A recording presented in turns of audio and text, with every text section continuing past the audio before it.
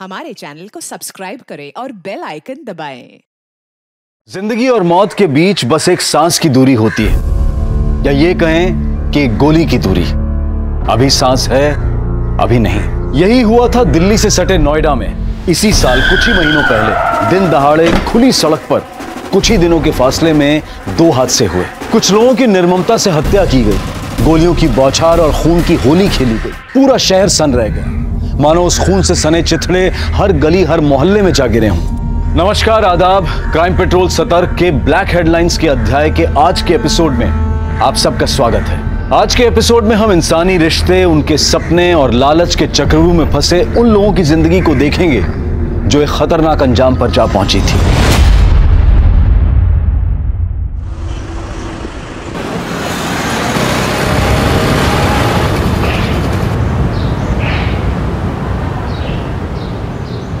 अम्मा, ये लो आप काटा।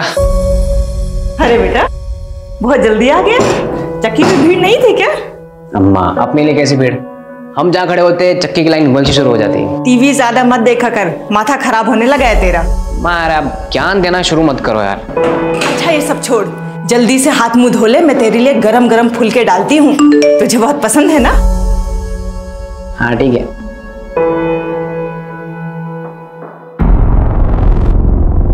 अम्मा, मैं आता हूँ। अरे कहाँ जा रहा है?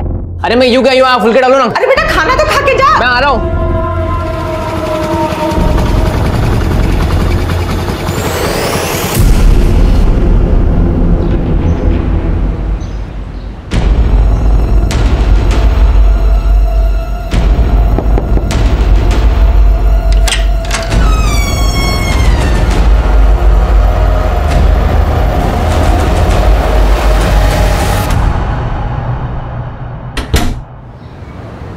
एक्शन।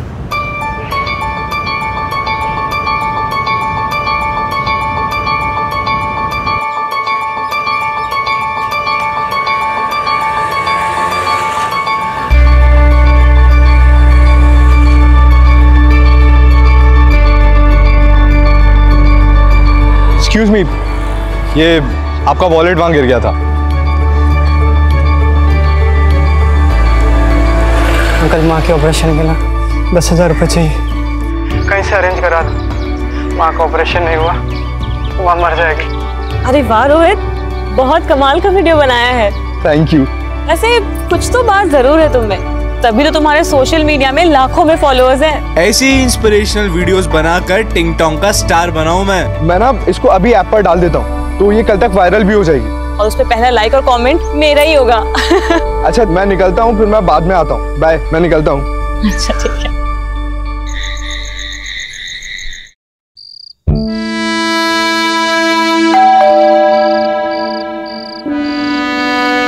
इस वक्त कौन हो सकता है?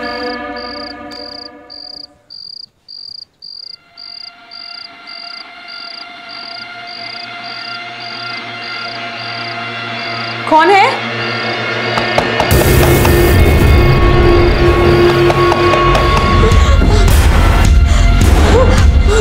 देखो, मेरे पास पता था। कौन हो तुम?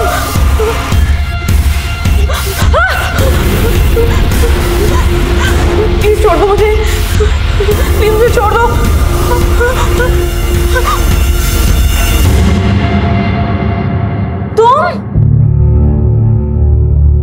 तुमने तो मेरी जान निकाल दी थी। जान तो मैं तुम्हारी अब निकालूंगा, पूरे 3 महीने की कसर जो पूरी करनी है। बेटा, अच्छा सुनो, गर्लफ्रेंड है मेरी, इस टेबल पे अच्छे सर्विस करना, ठीक है? धीरज, इतने पैसे कहाँ से है तेरे पास? छोड़ना यार, वैसे तू बहुत बड़ी हॉट लग रही है। एक किस तो बनता है। अब इतनी महंगी जगह पे लाए हो तो ना कैसे बोलूं? अरे बस बस, सारी कसर तुम्हें आज ही पूरी करनी है क्या? थोड़ा रेस्ट भी कर लो। अच्छा, तुम्हारे लिए कुछ खाना बनाओ, क्या खाओगे तुम?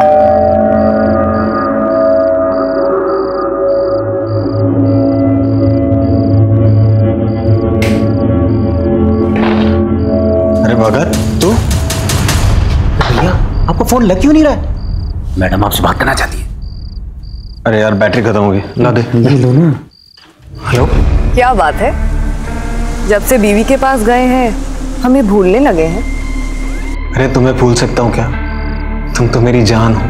अच्छा विवेक, अब जब नोएडा पहुंच ही गए हो तो अपने यूपी, दिल्ली, हरियाणा के सारे काम निपटा लो और फिर आ जाओ यहाँ अपनी जन्नत गोवा में पूरे 2 महीने के लिए। क्या कहते हो? तुम्हारा आदेश सर आंखों पे। Bye, good night, love you.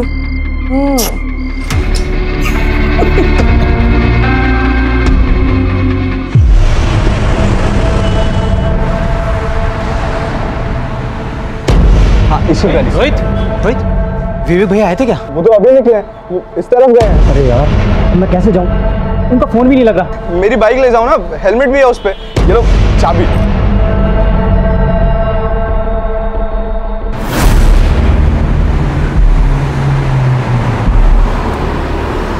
विवेक भैया,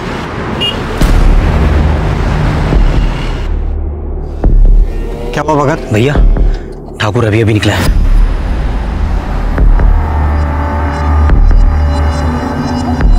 जैसा बोला था वैसा सब कुछ प्लान के मुताबिक होना चाहिए, समझ गए?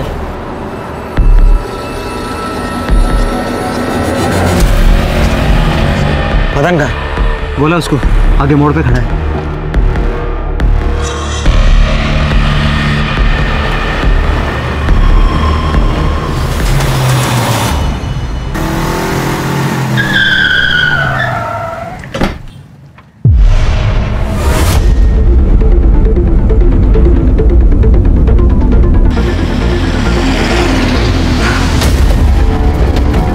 जैन सर, जैन। हटो हटो हटो, हटिए हटिए आप लोग। जैन सर।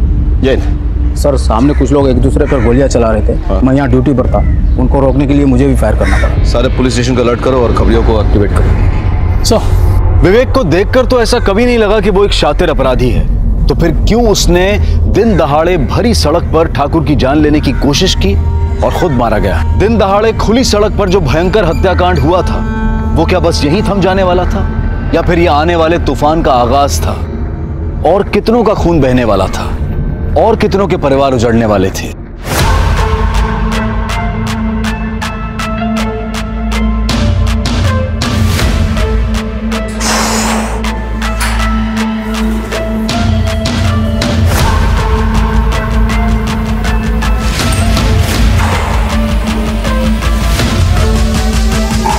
रोहित,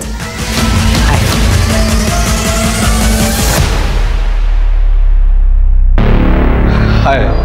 ये मेरी फ्रेंड है काजल। हाय काजल। हाय, मैं आपकी बहुत बड़ी फैन हूँ। Thank you so much. So Dheeraj, she is your normal friend और स्पेशल फ्रेंड? स्पेशल फ्रेंड मतलब मेरी गर्लफ्रेंड भाई। I thought so. देखिए, मैं आपकी तरह वीडियोस भी बनाती हूँ। Sure sure.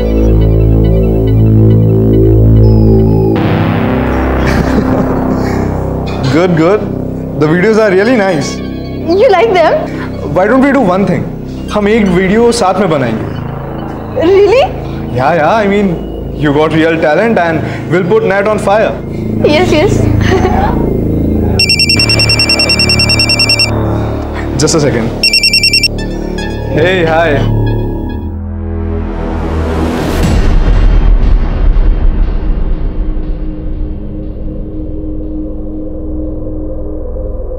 क्या हुआ? सब ठीक है ना? No, no. I'm fine. अच्छा, I'll leave. I'll see you guys later. Bye bye.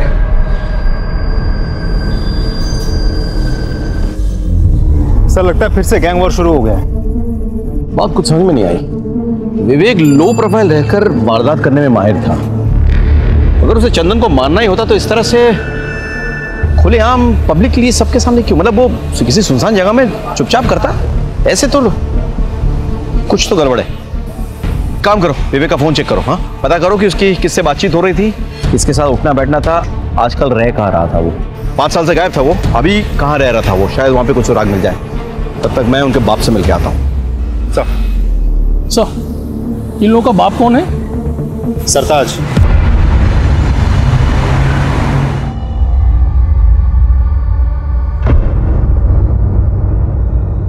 सरकार, आप,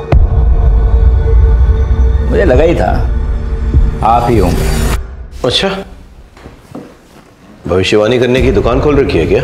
नोएडा में इतना बड़ा कांड हो गया, मुझसे मिलने तो आना ही पड़ेगा ना। अलग खबर थी, यानी कि कांड तुमने करवाया? देखो सर, इस कांड में मेरा कोई हाथ नहीं है। ये चंदन ठाकुर और विवेक जायसवाल मेरे साथ ही काम करते थे, लेकिन 2 साल पहले ठाकुर ने अपना खुद का काम शुरू कर दिया और जो काम मैंने विवेक को सौंप रखा था उसके धंधे में भी हाथ डाला। फिर दोनों दुश्मन हो गए। बस इससे ज्यादा मुझे कुछ नहीं पता। 24 घंटे की मोहलत देता हूं, तफसील से सारी जानकारी चाहिए मुझे। 24 घंटे।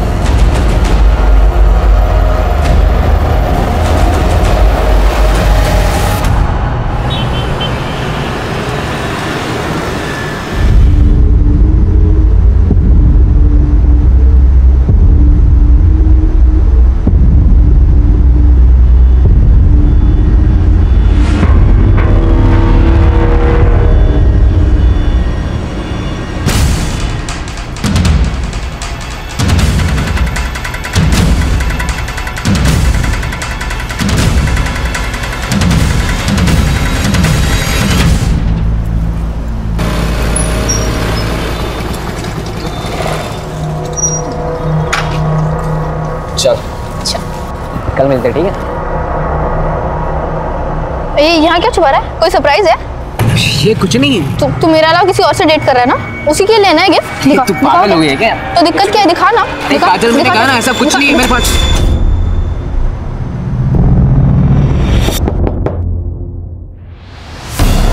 जवानी की दहलीज पर कदम रख रहे धीरज के हाथों में जानलेवा हथियार देकर क्या उसे भी गुमराह किया जा रहा था, या फिर धीरज खुद जानबूझकर गुनाह के दलदल में अपने पांव रखने जा रहा था? उसके मन में पिस्तौल की मदद से अपनी मर्दानगी साबित करने की ख्वाहिश क्यों और कहां से आई? और अभी अभी घटी घटना का 17 साल के धीरज से क्या वास्ता था?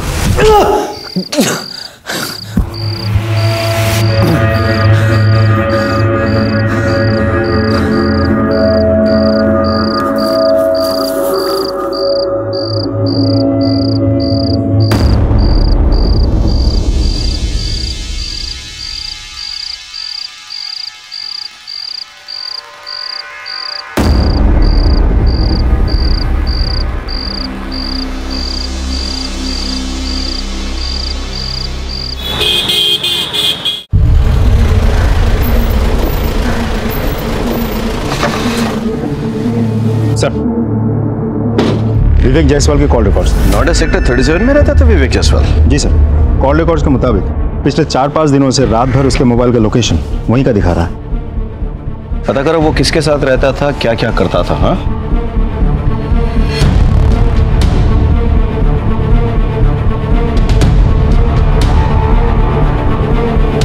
इस घर में जो आदमी रहता था उसके साथ कोई और भी रहता था? हाँ साहब, उनकी बीवी रहती थी, उनसे ज़्यादा बातचीत नहीं थी हमारी। और दोनों के अलावा किसी और के भी आना जाना था? हाँ साहब, एक आदमी आता था। एक दिन मैं मार्केट जा रही थी तो उस आदमी के साथ में जाता हुआ मैंने देखा।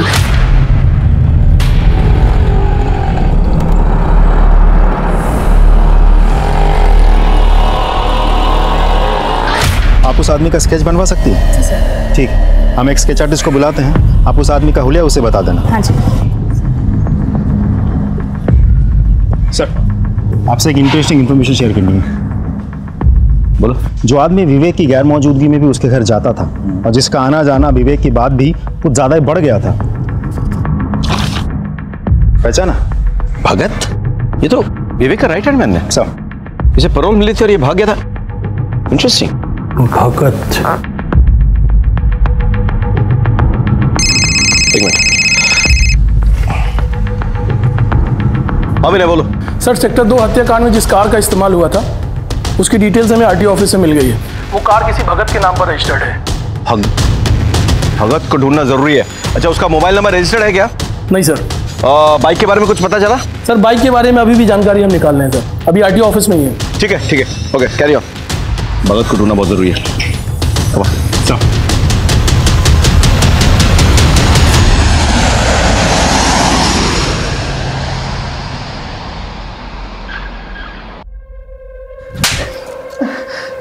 ये सब हुआ कैसे और तू कहाँ मर गया था तब? माफ कर दे दीदी। देख भगत, माफी तुझे सिर्फ तब मिलेगी जब ये पूरे का पूरा केस बिना सबूत के सॉर्ट आउट हो जाएगा।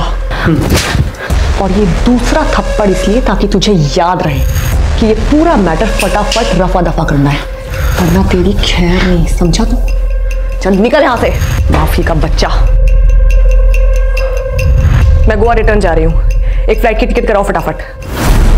सर, सेक्टर 2 हत्याकांड में जिस बाइक का इस्तेमाल हुआ था उसकी डिटेल्स मिल गई हैं। एक मुकेश नाम का बंदा है सर, बाइक उसी के नाम रजिस्टर्ड है। मुकेश को बाहर बिठा कर रखा है।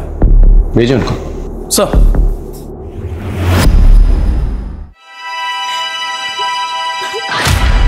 तुमने तो मेरी जान निकाल दी थी। जान तो मैं तुम्हारी अब निकालूंगा, पूरे 3 महीने की कसर जो पूरी करनी है।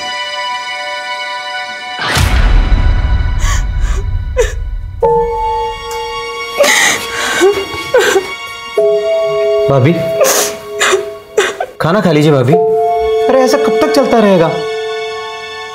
अगर ऐसे चलता रहा तो ये खूबसूरत चेहरा मुरझा जाएगा। अब किसके लिए अपनी खूबसूरती बचा कर रखूं?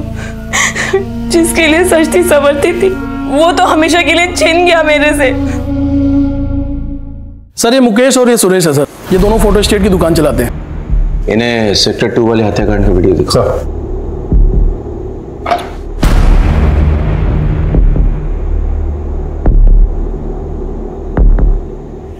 इस बाइक को पहचानते हो? जी, ये तो मेरी बाइक है और हेलमेट भी मेरा ही है। और हेलमेट के अंदर? सर, मैं नहीं हूँ। तुम नहीं हो तो फिर तुम हो? नहीं सर, भगवान कसम, मुझे तो बाइक चलानी भी नहीं आती सर। तो फिर कौन है? तो ये है ना? बोल! नहीं साहब, मुझे स्लिप डिस्क है और बाइक चलाने से दर्द बढ़ता है। और सुरेश को तो बाइक चलाना आता ही नहीं सर। तो मैंने बाइक अपने दोस्त को दी थी। अच्छा, तो तुम्हारे गैंग में एक और मेंबर है? हमारी कोई गैंग नहीं है सर। अच्छा चल, कोई गैंग नहीं, दोस्त है। कौन है दोस्त? रोहित। तो रोहित ने गोली चलाई? नहीं सर, रोहित से तो ये छोटा लग रहा है। और वैसे भी sir, Rohit social media star है, सब यंग लड़के लड़कियां उसे जानते हैं। ये फोटो देख, जानता है इसे? हाँ, ये तो हमारे शॉप पे आते थे फोटो स्टेट कराने। क्या बात है सर जी, आप कब आ गए? बस कुछ दिन पहले। कैसा हीरो? बस मस्त भैया, आपका आशीर्वाद है। मुकेश, ये ले, इसकी 3 कॉपी कर दे।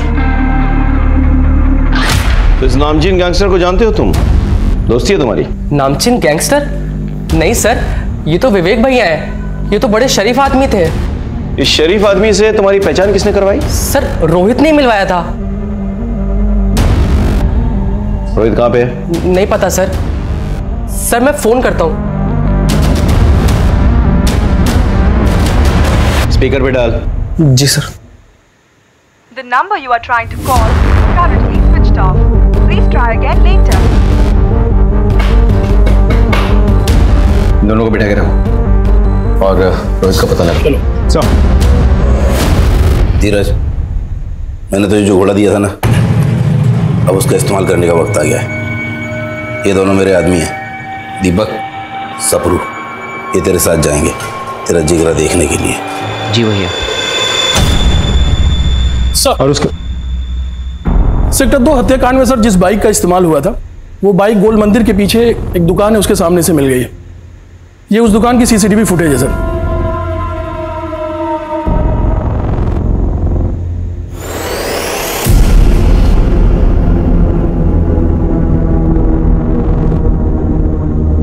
आसपास पता लगाओ किस तरफ निकले। सर।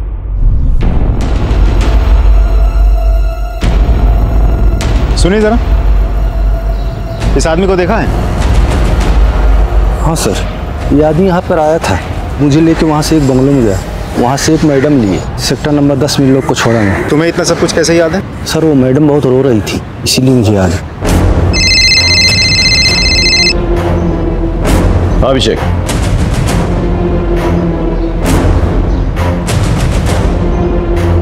अच्छा,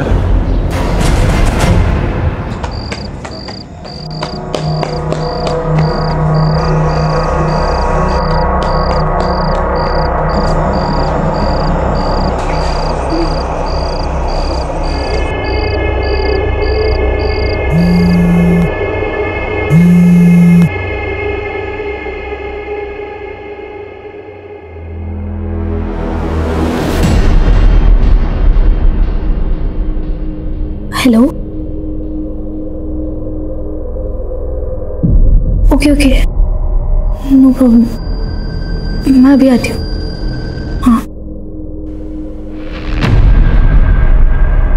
हाँ, हेलो अंकल, वो आपकी दुकान पे ना मेरी पर्स रह गई है, घर की चाबी भी उसी में है। माँ जगराते गई है, घर देर से लौटेगी। अब घर कैसे जाऊँ समझ ही नहीं आ रहा। नहीं, आपको यहाँ आने की कोई ज़रूरत नहीं है, मैं आती हूँ ना, मैं आपके घर आके दुकान की चाबी ले लूँगी, दुकान से अपनी पर्स लेके आपको चाबी लौटा दूँगी। हाँ, ओके, थैंक यू अंकल। मासूम काजल घर पे होने के बावजूद झूठ बोल रही थी। क्या वो इस केस से जुड़ी किसी बात को छुपा रही थी या किसी नए अपराध का खुद शिकार बन रही थी? मामला दिन ब दिन बिगड़ता जा रहा था।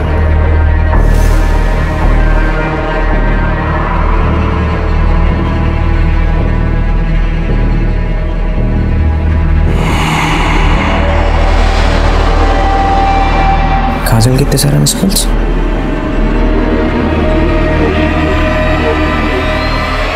हाँ काजल,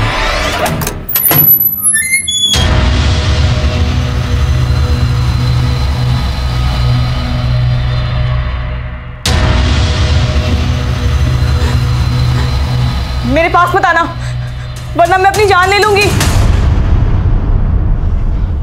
चलो खोलो।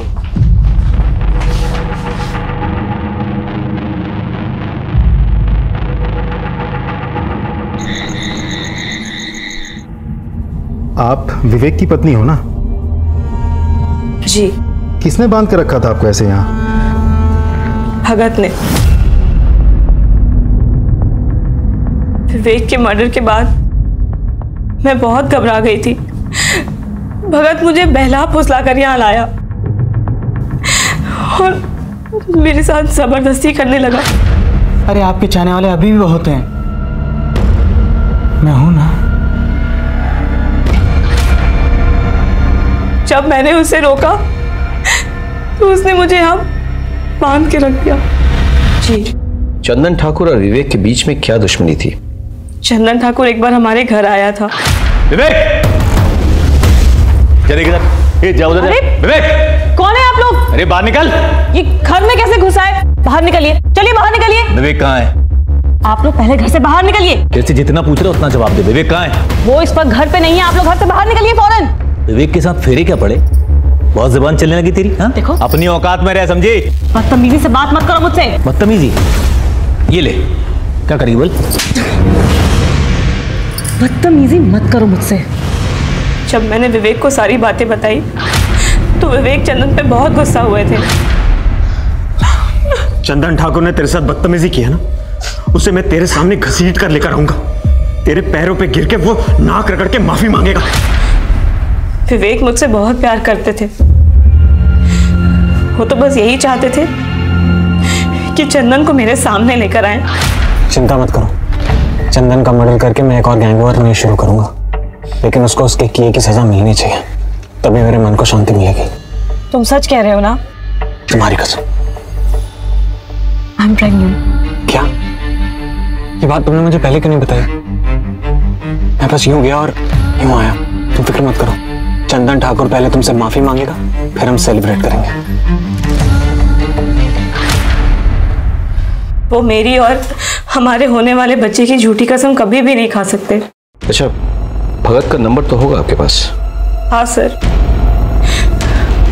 पर भगत ने अपना और मेरा फोन और सिम दोनों ही डिस्ट्रॉय कर दिया विवेक के मर्डर के बाद। विवेक चंदन को नहीं मारना चाहता था। गोली किसने लगाई? हमारे पेट्रोलिंग कांस्टेबल ने। फिर ये दूसरा बंदा है, इसने चंदन को गोली मार दी और उसके बाद ये विवेक को यहां से लेके जाने की कोशिश कर रहा था। लेकिन जो भी है, कुछ गड़बड़ है।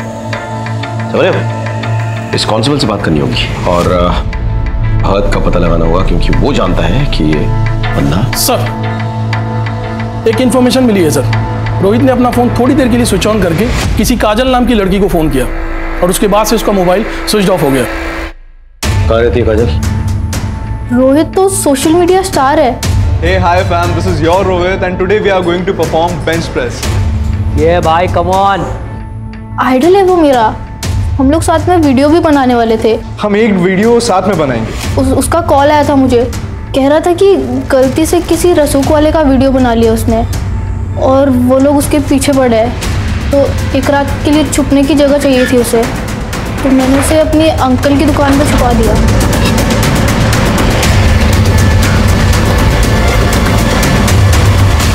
कौन से? ये दुकान है। शटर खोलो।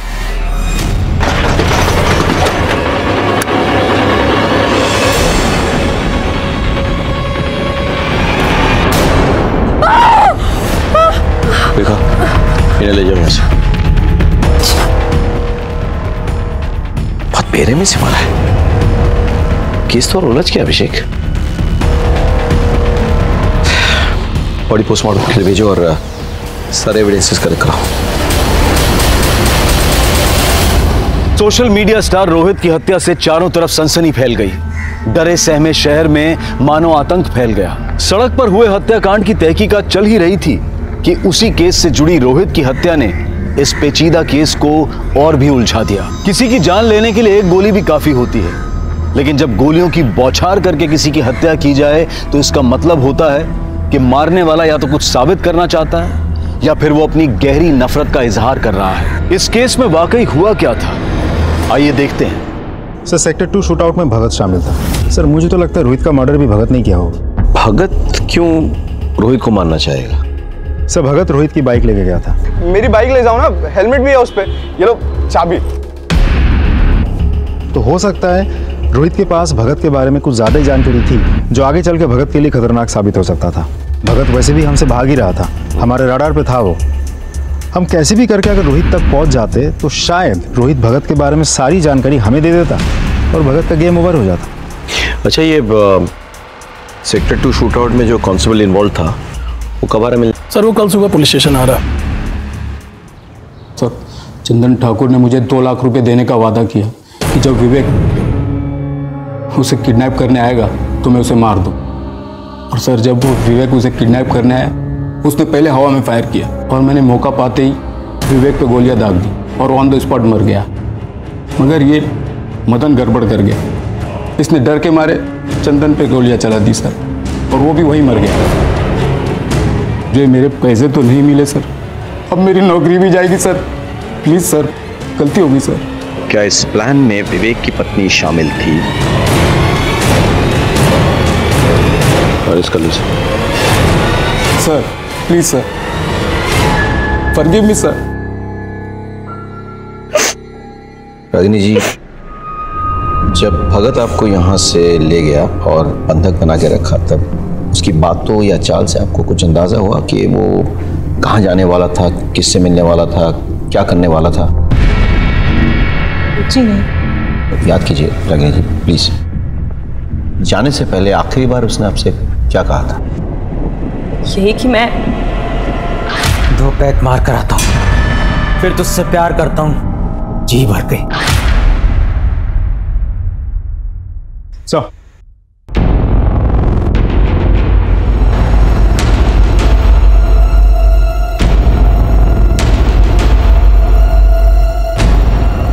इस आदमी को देखा है? हाँ सर, आया था 1-2 दिन पहले। सर, जब लास्ट टाइम आया था तो पैक मारा और फिर यहाँ से चला गया। फिर वापस सर आया तो बोला कि मोबाइल मेरा खो गया, अर्जेंट कॉल करने। फिर मेरे ही सर मोबाइल से कॉल किया और एक गाड़ी आई, फिर उसमें बैठ कर चला गया। कौन सा नंबर पे फ़ोन किया था? और एक्चुअली क्या है कि नंबर तो बहुत आते रहते हैं, नंबर याद नहीं है। ध्यान से देखिए, क्या पता नंबर मिल जाए। तो सॉरी, डिलीट हो गया सर। कोई बात नहीं, मुझे आपका नंबर मिल सकता है? Sure sir. Hello, sub inspector Abhishek Tripathi बोल रहा हूँ। मैं आपको एक नंबर भेज रहा हूँ, उस नंबर के पिछले 1 हफ्ते के कॉल डिटेल्स चाहिए मुझे। सर, बार मैनेजर की कॉल रिकॉर्ड्स आ गई है।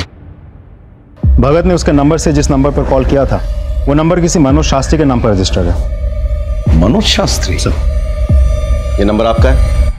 जी सर, ये नंबर मेरे नाम पे है, पर मेरे पास नहीं है।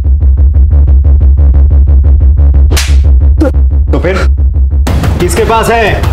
दरअसल वो नंबर मैंने अपने बड़े भाई को दिया है। बड़े भाई? कौन बड़े भाई?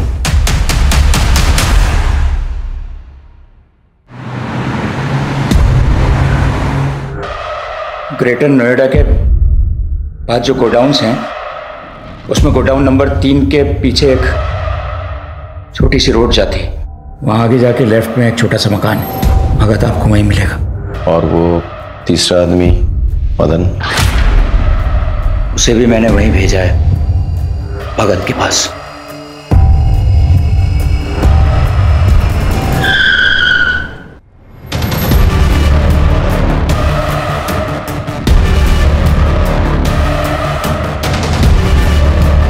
ए भगत, पुलिस सर, वो रहे।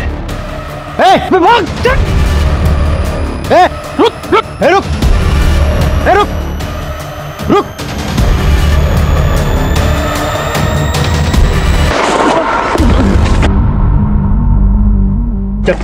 चल क्यों किया तूने? बोल बोल, क्यों किया तूने ऐसा? बता दो साहब। ठाकुर ने मुझे अपनी तरफ मिला लिया था। विवेक भैया की गर्लफ्रेंड नंदिता मैडम को भी मैंने इस प्लान में शामिल कर लिया था। उनके कहने पर ही विवेक भैया गोवा से नोएडा अपनी पत्नी से मिलने आए और हमने ठाकुर को किडनैप करने का प्लान बनाया। ठाकुर को किडनैप करके माफी मंगवाना हमारा मकसद नहीं था साहब। हम तो चाहते थे कि इस गहमा गहमी में विवेक भैया फंस जाएं और हम कांस्टेबल असद के हाथों उन्हें मरवा दें। लेकिन मदन ने ठाकुर को मार दिया। हमारा प्लान फेल हो गया साहब। कहाँ मिलेगी नंदिता? नंदिता कहाँ मिलेगी? गोवा में, आराम भोली बीच के पास। गोवा पुलिस से कांटेक्ट करो, नंदिता को अरेस्ट करने का इंतजाम करो। सब अब बताओ, रोहित को क्यों मारा? नहीं साहब, मैंने रोहित को नहीं मारा। मैं रोहित को क्यों मारूंगा साहब? अभी भी छिपा रहा है? हाँ, और पिटेगा? बोल, रोहित को क्यों मारा, कैसे मारा, किसकी मदद से मारा, बोल। साहब आपको सब कुछ तो बता दिया। अगर मैं रोहित को मारता तो वो भी बता देता ना साहब। भगवान का मैंने रोहित को नहीं मारा साहब। क्या इस प्लान में विवेक की पत्नी शामिल थी? नहीं सर, वो तो सीधी सादी औरत है।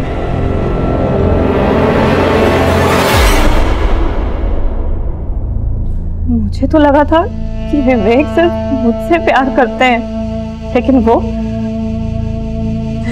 अब तक मैं यही समझ रही थी कि हमारा तो जन्मों जन्मों का साथ है, लेकिन वो तो एक जन्म भी मेरे साथ ईमानदारी से नहीं निभा सका। मुझे तो लगा था कि वो नोएडा सिर्फ मेरे लिए आया है, लेकिन वो नंदिता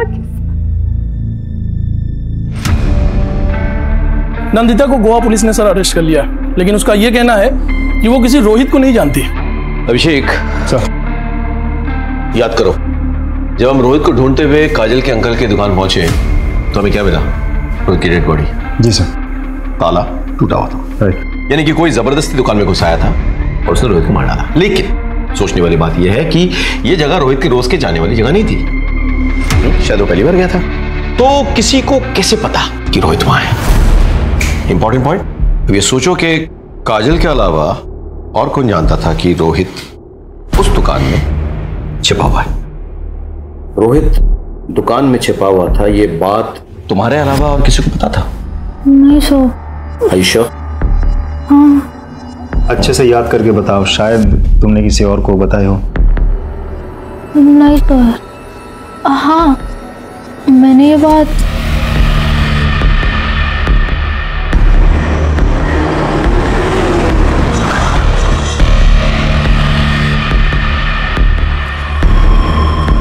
धीरज, तुमसे कुछ पूछताछ करनी है हमें। काजल,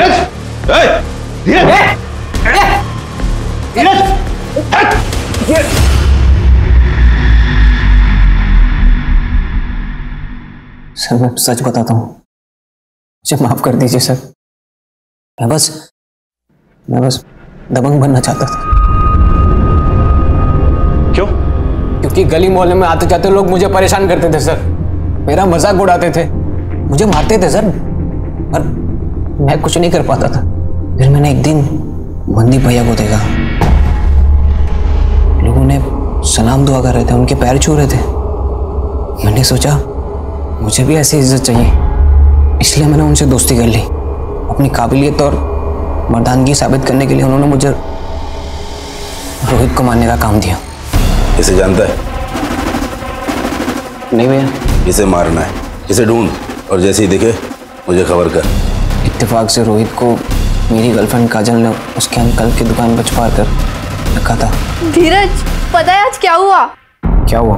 वो सोशल मीडिया स्टार है ना रोहित, तुम्हारा दोस्त, उसका कॉल आया था मुझसे हेल्प मांग रहा था। उसे ना एक रात के लिए छिपने की जगह चाहिए थी, मैंने उसे छिपा दिया अपनी अंकल की दुकान पे। मैं गया वहां पे, मैंने दुकान का ताला तोड़ दिया।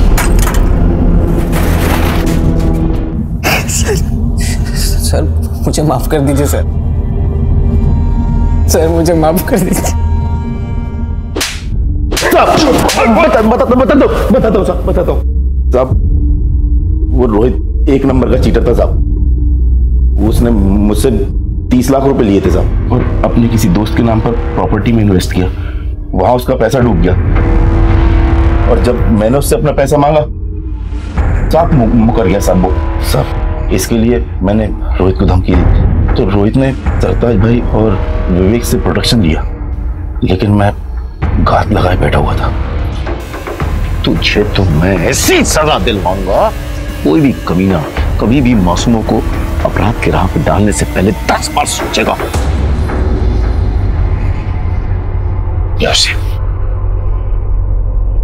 आमतौर पर आपराधिक जीवन की शुरुआत कच्ची उम्र में होती है। फिल्मों और दूसरे माध्यमों में जिस तरह से दबंग, डॉन्स और गैंगस्टर्स को ग्लैमरस रूप में परोसा जाता है, उसका गहरा असर कच्ची उम्र के बच्चों पर पड़ता है। धीरज के साथ भी यही हुआ था। काश उसकी मां अपने लाडले की चाल ढाल में आए बदलाव को समझकर उसे रोक पाती तो आज धीरज गुनहगार नहीं बनता। वहीं दूसरी तरफ सोशल मीडिया स्टार रोहित ने पहले तो पेशेवर अपराधियों से 30 लाख रुपए लिए और जब उसे लौटाने का मौका आया तो उसने एक दूसरे बड़े डॉन से लेनदारों के खिलाफ प्रोटेक्शन ले लिया, बिना ये सोचे समझे कि ये गैंगस्टर्स और ये सो कॉल्ड डॉन्स जब खुद अपने आप को हमेशा के लिए कानून से नहीं बचा कर रख सकते हैं तो किसी और की सुरक्षा क्या करेंगे। और अंत में वही हुआ, रोहित धीरज और मनदीप के गुंडों की गोलियों का निशाना बना। अपने घरों में अपने बच्चों की संगत पर नजर रखें, उनके चाल चलन में आ रहे बदलाव को अनदेखा ना करें और अपने घर में, अपने समाज में ऐसा वातावरण बनाएं कि इनकी अगली पीढ़ी के आदर्श वाकई में आदर्श व्यक्ति हो। अब मैं अनूप सोनी आपसे विदा लेता हूं, फिर मुलाकात होगी क्राइम पेट्रोल सतर्क के ब्लैक हेडलाइंस अध्याय में एक और नए केस के साथ। और याद रखें, क्राइम और आपके बीच में सिर्फ इतना फर्क है कि आप कितने सतर्क हैं। सतर्क रहें, सुरक्षित रहें। जय हिंद।